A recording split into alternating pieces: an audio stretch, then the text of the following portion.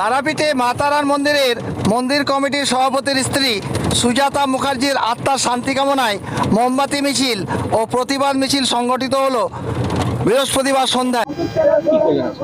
আজকে আমরা মোমবাতি মিছিল করলাম, কারণ আপনারা সবাই জানেন যে গত 23 তারিখ আমাদের মন্দির কমিটির সেবায়ত যে সেবায়ত সংঘের যে আমাদের প্রেসিডেন্ট আছে তারাময় মুখার্জি, তার স্ত্রী সুজাতা মুখার্জি একটা ছোট্ট অপারেশন ছিল।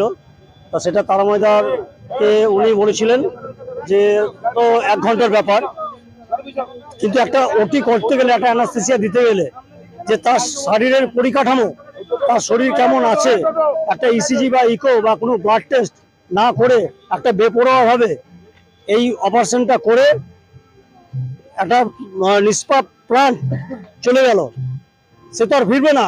কিন্তু এই পরিপ্রেক্ষিতে আমরা আজকে মোমবাতি মিছিল বের করেছি। গত সোমবার সুজাতা মুখার্জির মৃত্যু হয়েছিল তারাপীঠের একটি বেসরকারি নার্সিংহোমে চিকিৎসা করার সময়। এই নিয়ে অনেক অভিযোগ করা হয়েছে ওই নার্সিংহোমের বিরুদ্ধে তারাপীঠের মা তারার মন্দির কমিটির সেবায়িত ও মৃতের আত্মীয় পরিজনদের পক্ষ থেকে।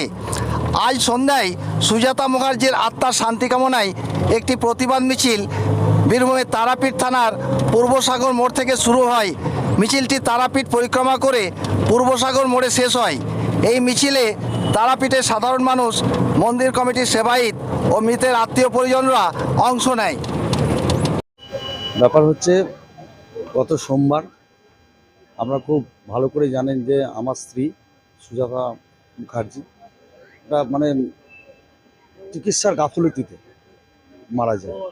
যেটা একটা সামান্য জিনিস, যেটা ওষুধের মাধ্যমে ঠিক হয়, সেটা আমাকে জোর করে ওয়াশিংয়ের ব্যাপার বলে সে পেশেন্টটাকে নিয়ে গিয়ে মেরে দেওয়া হলো।